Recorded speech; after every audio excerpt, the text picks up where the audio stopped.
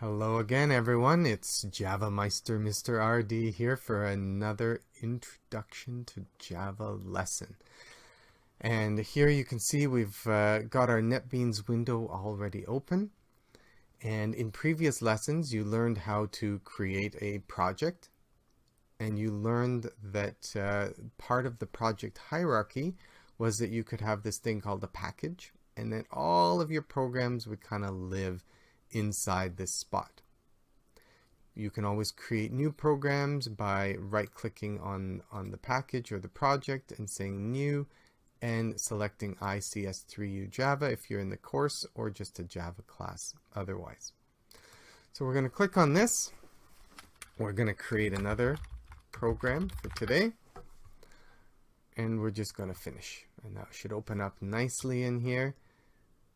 Now, what you learned in the previous lesson was being able to create output. And so you learned that as long as you create a variable representing a console, and variables, by the way, is the topic for today, you're going to be able to take this console and you are going to be able to print stuff onto the screen. And you learned about the print command. You learned that there's a print line command. There's also some other commands built into the console, like printing time or printing date, and those are just helper methods to allow you to do that. So over here we're going to put something in here. I wonder what your age is. And so when we go ahead and run this, it will create the console and it will ask that question up there. Now, if this were a program where you're trying to gather people's ages, you would want to next be able to get input from them. But one of the things I mentioned in the last lesson is that getting input is kind of useless unless you have a way to hold on to that. It would be like if you had no short-term memory and someone gave you their cell number and you can't keep it in short-term memory, you can't remember it, it's useless. Why even bother?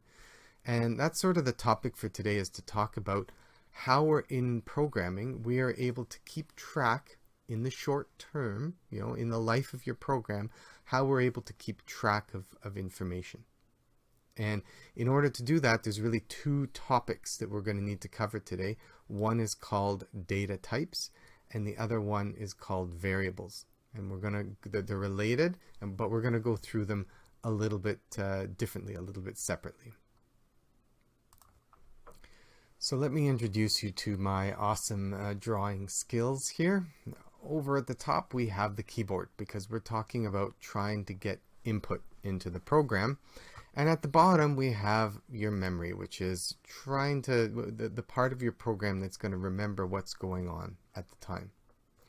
Now, it turns out in programming that there's actually two ways of handling this memory. And one of them is called typed. And you can imagine the other one is called untyped. And what that basically means is that when you want to store something, are you going to store it as a particular type of information? So let's say you're trying to get an age. An age is a number. So if you're going to give it a type, then you're going to reserve a spot in memory that is just going to be used to hold a number. It's typed. And from now until the end of your program, that space in memory is going to be used just to hold integers, just to hold those types of numbers. There are many popular programming languages that are types. Java is one of them. C, C++, all those types of languages are typed. It's probably, I would say, more common. There's another way of handling it, which is untyped, which is just to say, I'm going to create a name, but I'm not necessarily going to reserve spot just to hold, an integer, or just to hold a single character. I can put different types of information into that spot, and that's untyped. That means that I could create a spot that's going to hold a number, and then later on in the program I might decide, no, it's going to hold a bunch of characters, and then later on I might decide, no, it's going to hold robots. And so that means that the type of that might change, and that's untyped. An example of an untyped language would be Python. So Python would be an example.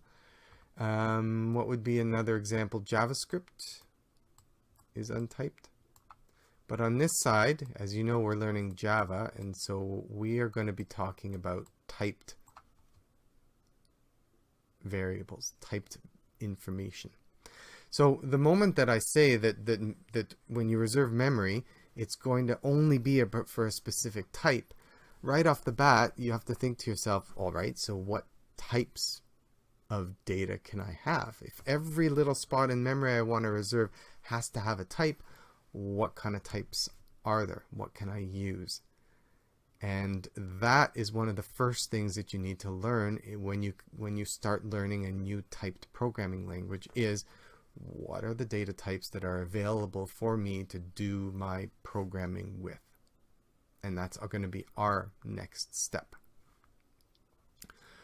After you've got those types, then somehow you need a way to refer to this spot in memory. As a programmer, it would be very annoying if we had to refer to each one using a memory address. Given all of the billions of bits inside the computer, you don't want to worry about bits or bytes. So in programming, what we usually do is we give it a name. We name it. It's the difference between calling someone by their social insurance number versus calling them by their name. And so in most programming languages, we are able to give that spot in memory that we're reserving a name. And you take the data type and you take the name and you put them together, and that is how you're going to be able to keep track of information in your program. So we've got the data type over here. Then you're going to have a particular name that you're going to use to represent that particular memory. And you put it together, and that's what this lesson is about. So here I've jumped right into data types. And I borrowed this right here from w3schools.com, which is a great way to supplement some of these video lessons. Great information about Java and the basics of the language. And you'll notice I annotated this a little bit, and there's a reason I've annotated it and why it's not here, because I'm lying to you a little bit. So we're talking about data types, and so I don't want you to worry about this idea of primitive just yet. But when we talk about reserving space in memory for you to hold data, there are certain ones that you are going to become familiar with really quickly. And those ones in particular are integer, double, character, and string. And those are 4 data types. And because they're typed, each one is going to reserve a different amount of memory. So an integer is going to store a number, an integer number, no decimals, and it's going to use exactly 4 bytes of memory to do that. And if you're really good at math, you can count up how many bits that is, and you'll realize that it has a range. And that means that you can only store up to that number. Remember when we learned about binary, that if you try to go past that number there, it is going to loop back down and start all over again, right? So it's got a range, and you can't exceed that range. There's ways, there's other types of integer type numbers. The other one is double, which is going to be a really quick way of storing decimals. Character is going to be a way of storing a single character, like A. These ones over here are what are called primitive data types. They're the lowest form of data types inside Java. You guys are also going to be using something called a string very, very often. And a string is a data type, and it's a data type that can hold multiple characters together. So an entire sentence, a few words, a whole essay in this space. And because of that, it doesn't have a particular size, because it could be larger or smaller depending on how many characters you're going to store. It's also not called a primitive data type because a character is primitive, but a collection of characters together is something that's more complex. And as we get on in the course, you're going to realize that in being more complex, it actually has a lot more functionality. Things that you can do with a string, like turning it all into uppercase or turning it all into lowercase, or grabbing a particular character or a group of characters from a string. So it is a bit more complex, but for right now, as you're learning, you can sort of treat string very similar to the others. But one of the things you're going to learn is that it's going to look a little bit different when you want to do stuff with it. I can just do math with some of these. I can just do, divide, and it works. I can even add directly to a character. With a string, I have to do things a little bit differently, and we'll get to that as we go on. So you need to know these names. You need to kind of understand what values it's associated with, but these names are the basic ways of us talking about memory and variables in Java. And so these are things that you're going to have to take a note on, commit it to memory, at least these 4 to start, but you're going to have to become familiar with floats and longs and booleans, because they are used quite often in programming. So jumping back into our program, we've talked about those data types and how will that look when you actually want to create a program. And it turns out it's really easy to reserve spots in memory to hold things. And you need to know your keyword, the type. So let's say we want an integer to represent age. And then I talked about how you need to somehow differentiate this spot in memory that's going to hold an integer from another spot in memory. And the way that we do that is by giving it a name that's going to be recognizable by the programmer to help us know what type of information it's going to store. So in this case, if I want to create age to represent the age, I could actually call this variable age. I can even give it a number with my age. And now what I do is I have a variable name that I can refer to everywhere else in my program. Age is going to be of a particular type. Can't hold characters, can't hold strings. It's only going to hold integers. And I've also given it a value. I can change that value now later in my program. I can also start to go all mathy on it. I can say age is equal to age plus 4. And every time I use this, what I'm doing is I'm referring to that same spot in memory that I have reserved. And this works the same for all the other data types. So we can have string name equals, and notice I have to use the double quotes. That's what I was referring to last time. My name. Spell it properly. I can also create a character. Now look at the very subtle difference that's going to trick you up a little bit. So character to represent a letter, and I'm going to put this in. Do you see the difference between a string and a letter?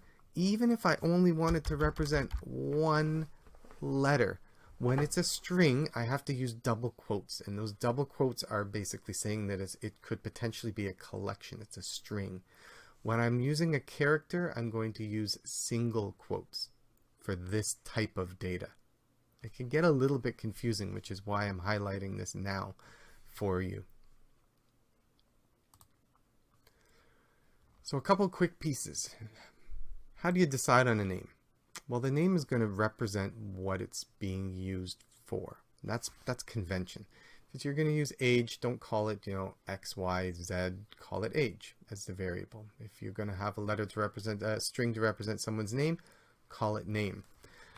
You do start variables with a lowercase letter, and if the name is going to be complex, then you can have multiple words in here, and every word is going to be capitalized.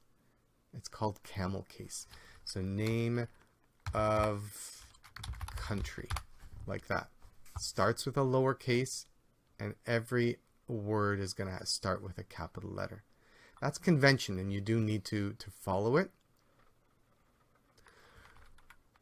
The other thing that I wanted to kind of talk about is the difference between declaring and initializing. So I can create a variable just like this. And when I create it, I could give it a value, but I don't have to. This is declaring the variable, but it's not initializing it. It's not giving it a starting value. And it'll have a default starting value, in this case 0. But I could also declare and initialize it with something at the same time. And when you create a variable, if you're happy with 0 being kind of the default, you can just create it like that.